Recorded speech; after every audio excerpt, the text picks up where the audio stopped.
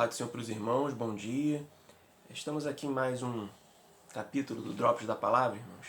E hoje nós vamos falar sobre um assunto que hoje em dia é muito usual, né? Que é a transferência de responsabilidade. O que nós temos visto, né, hoje em dia é todos querendo se eximir, né, de culpa. Você faz algo errado, você faz elabora um projeto que acaba fracassando, seja pelo motivo que for, entendeu? Por incompetência sua, por medidas do governo, por coronavírus que atrapalhou, seja o que for.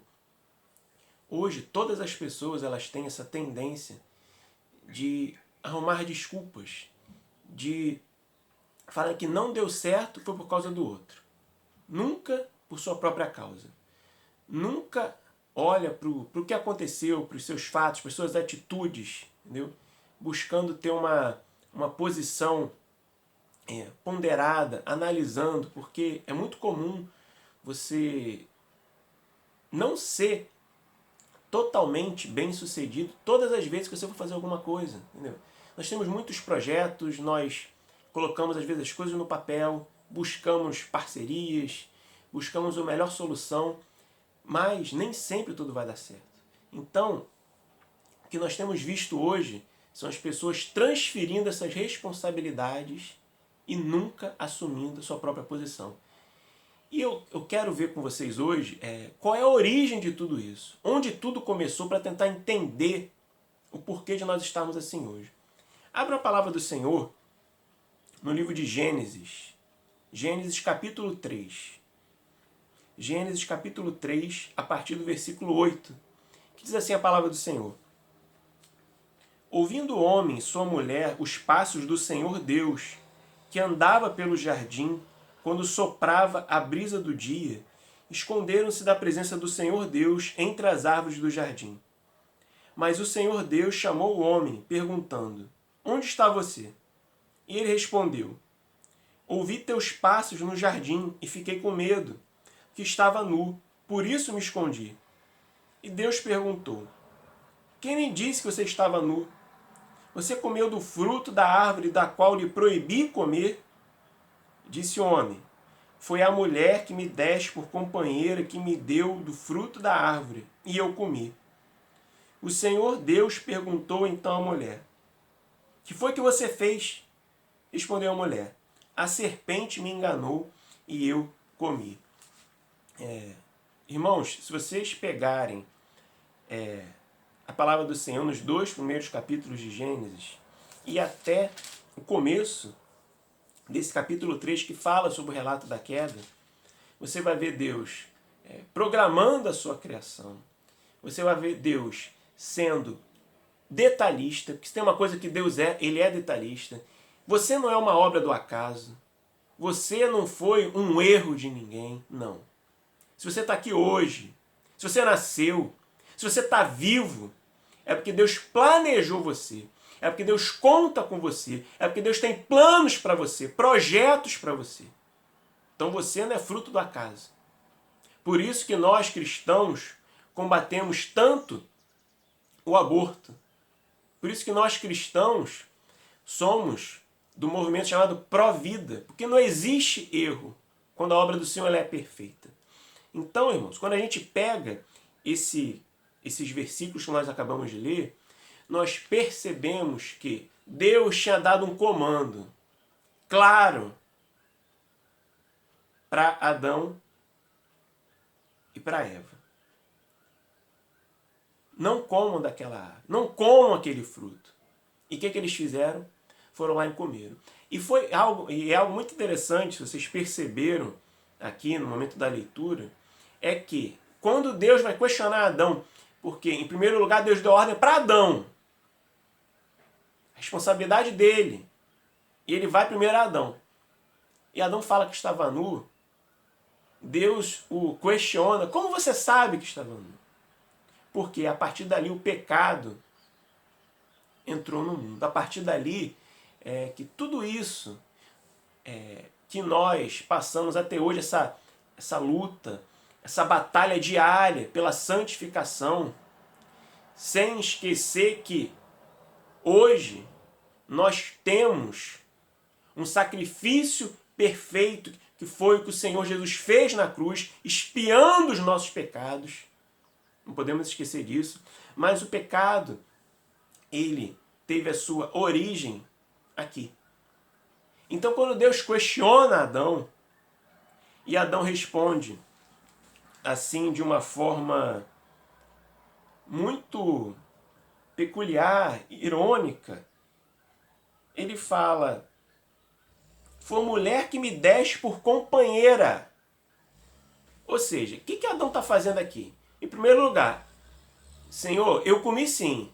Mas por que eu comi? Foi a mulher que me deu. E quem me deu essa esposa? Quem me deu essa mulher? Foi o Senhor. Então Adão está jogando a responsabilidade em Eva e em Deus. E depois o Senhor pergunta para a mulher, e a mulher responde: a serpente me enganou e eu comi. Mais uma vez transferindo a responsabilidade. Olha, eu só comi porque a serpente me enganou. Se ela não tivesse me enganado, eu não teria comido. Se ela não tivesse me enganado, não teria essa reação em cadeia. Eu comi, fui lá, levei para Adão, ele comeu do fruto também e pronto, nós estamos aqui. Foi tudo, Senhor, na verdade, fruto de um engano. Essa cadeia originária do pecado, de tudo que está acontecendo, não é culpa minha não, Senhor. Foi a serpente. E o que nós vemos aqui, meus amigos, meus irmãos? Essa transferência, olha, não é meu. Não foi culpa minha. Porque se a serpente não tivesse me enganado, eu não teria comido. Quando eles esquecem que já tinha uma ordem do Senhor, já tinha um comando de Deus, vocês podem desfrutar de todo esse jardim, de tudo que há nele. Adão, eu fiz para você. Aproveita. Só não pode comer daquele fruto. Daquele não pode. Todo o resto, 99,9% do que está aqui, você pode desfrutar. É teu, eu fiz para você. Então, Eva e Adão, eles simplesmente ignoraram esse comando de Deus. Eles simplesmente falaram: olha, eu quis fazer isso. Mas quando eu percebo que eu errei, na verdade eu fiz, mas eu fui enganado. Eu não queria fazer. Quase digamos assim, trazendo para a linguagem jurídica de hoje, um crime culposo. Olha, eu cometi, mas não tinha intenção. Tinha dolo, entendeu? Mas eu cometi. Então, por favor, me absolva. Por favor, não me sentencie. Eu sou inocente. Tudo, irmãos, teve origem a partir dessa situação. E hoje, como é que funciona? Hoje nós vemos pessoas que não aceitam, nem aceitam errar. Elas não têm uma personalidade, elas não têm um caráter que admito, porque não existe problema em você errar. Existe problema em você persistir no erro, dependendo do erro, é claro, entendeu? Mas assim, eu dei o exemplo dos negócios. Você monta uma empresa, não monta uma empresa para falir. Você não monta uma empresa para ficar devendo. Não, você monta uma empresa para prosperar. Você monta uma empresa para crescer. Só que às vezes não acontece.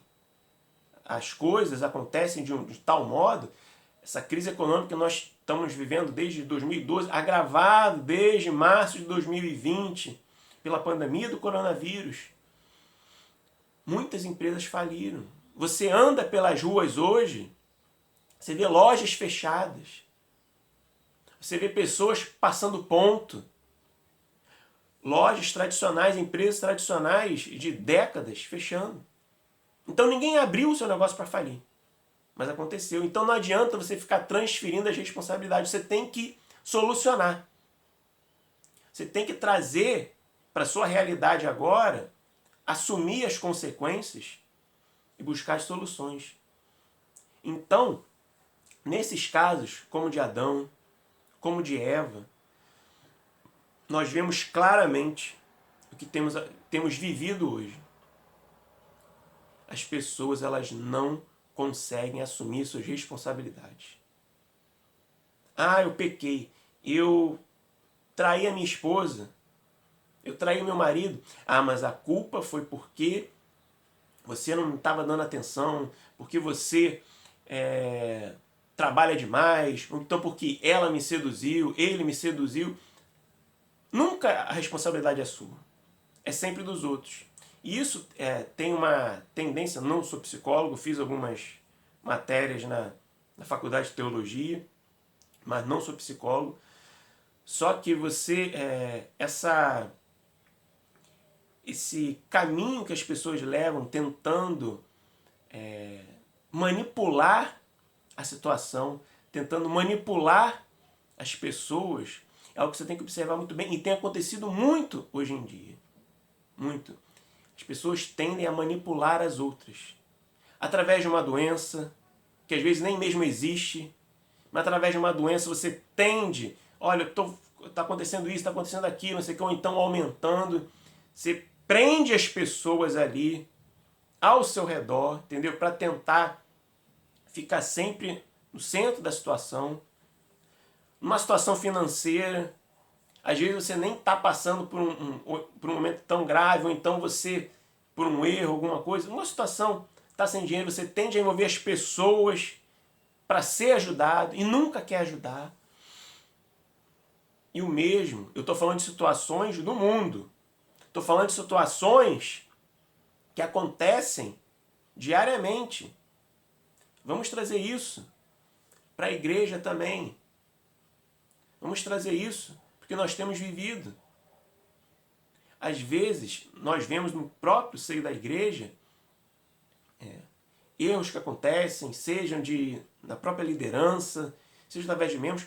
Nós que já temos alguns anos de ministério, vimos muitas coisas já. Já vi irmãos não quererem colaborar. E eu não digo, esquece a parte financeira. Estou falando parte financeira. Vai muito além de dinheiro. Não quererem colaborar numa limpeza de igreja. Mas quer estar sempre tudo limpinho. Quer estar sempre com a igreja com ar-condicionado, com aguinha fresca para você tomar, com os copinhos, com as cadeiras confortáveis. Mas não quer colaborar financeiramente, numa limpeza, na organização, de chegar antes. Então nós temos visto isso hoje em dia. Pessoas descompromissadas, mas que querem que as outras tenham compromisso com ela. Eu não faço nada por ninguém, mas eu quero tudo para mim.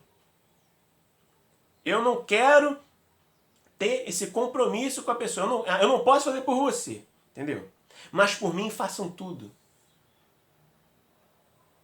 Eu sou o céu das pessoas. Eu sou o centro. Mas por você eu faço o que eu quero e se eu quiser. Então não é assim. Os relacionamentos estão hoje desgastados. Os relacionamentos estão acabando, durando pouco. Casamentos que até a década de 60, 70, era para uma vida inteira, duravam 40, 50 anos. Hoje a média de divórcio, que está batendo 50%, mais ou menos, o casamento tem durado 2 anos. Qual é a explicação disso? Pessoas imaturas que se casam para elas serem felizes e não para fazer os outros felizes também. Entendeu? Por causa disso. Não assume responsabilidade. Meu casamento deu errado, a culpa foi do outro. Minha empresa deu errado, a culpa foi do outro. Não estou conseguindo crescer, prosperar meu negócio, a culpa foi do outro, não minha. Você estudou para isso, você se preparou, você tinha reserva financeira. Você desiste na primeira adversidade. O que nós temos vivido? Nós temos visto hoje pessoas fracas, espiritualmente em primeiro lugar. Porque quando você tem uma crise, é normal você, na pancada, você sentir na hora. É também você cair. Só que você tem aquele que te dá a mão para te levantar. Você não é nocauteado. A contagem pode até ser aberta se fosse uma luta de boxe, mas você não é nocauteado. Você levanta e você vai sair vitorioso. Só que hoje não temos visto isso. Pessoas, então, espiritualmente fracas, estão desnutridas da palavra. Você tem que se alimentar todos os dias para você ficar bem fisicamente. Espiritualmente, a sua nutrição tem sido pobre, porque talvez você só escute a palavra num culto que você vai, quando você vai num culto, orar, talvez de noite, compromisso zero com a leitura, com oração, não é compromisso com o pastor, não é compromisso com Deus. Como você vai conhecer a Deus se você não busca? Então, pessoas espiritualmente pobres, emocionalmente fracas, porque qualquer situação começa a chorar, a culpar os outros, a desistir. Não podemos. Nós temos que fazer a diferença nessa geração. Não podemos ficar assim, prostrados. Você está com um problema, não é jogar o problema para debaixo do tapete não sem resolver, não. Em primeiro lugar, quando aparecer alguma situação, busca a palavra do Senhor. Ora! Essa é a primeira solução que nós temos que tomar. Aconteceu uma coisa, uma enfermidade, um problema no emprego, um problema na família. Senhor, toma aqui esse problema.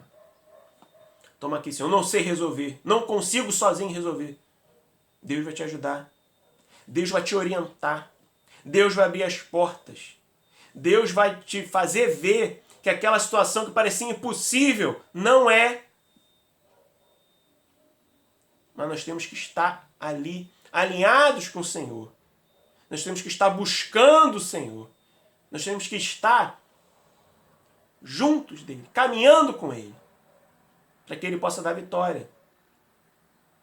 Vai, irmãos, ter dia que você vai achar difícil continuar.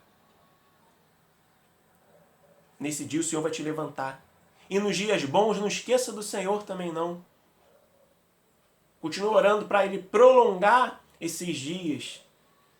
E não transfiram a responsabilidade. Se você fez algo errado, peça perdão ao Senhor. Peça perdão à pessoa que porventura você tenha magoado, que você tenha entristecido. Porque talvez as pessoas tenham te magoado também. Tenham te entristecido. Isso é normal, a vida é assim. Entendeu? Mas não guarde mágoas. Eu já falei em algumas pregações que o pecado, o remorso, ele te escraviza. Ele te prende. Enquanto o perdão é libertador. O perdão cura as suas feridas. O perdão eleva o seu nível. Então, esqueçam do passado. Liberem perdão. Reconheçam as suas falhas. E prossigam. Não vivam no passado. Prossigam rumo ao alvo que é Cristo Jesus. Não façam como Adão e Eva, não. Você hoje tem a possibilidade, quando você aceita Jesus, quando você professa o Senhor como seu Salvador, do Espírito Santo fazer morada dentro de você. E isso faz toda a diferença, irmãos. Porque cada decisão que nós tomamos, cada passo que nós vamos dar, nós não estaremos sozinhos. O Espírito Santo está conosco, nos orientando, nos dando vitória. E isso é muito bom. Isso é reconfortante. Que o Senhor te abençoe. Que o Senhor mude a sua mentalidade. Não adianta nós continuarmos presos à mentalidade do passado, de fracasso, de pecado, não. Que o Senhor mude sua mentalidade, para ele começar a mudar a sua história também. Em nome de Jesus. Mais uma vez eu falo, qualquer coisa que você precise, oração, pedido de oração, deixa nos comentários que nós vamos orar por você. Aqui tem uma igreja pronta para orar por você. Aqui tem uma igreja pronta para batalhar contigo, para te ajudar em tudo que você estiver passando. Então, em nome de Jesus, que o Senhor te abençoe, te dê vitória. Em nome de Jesus.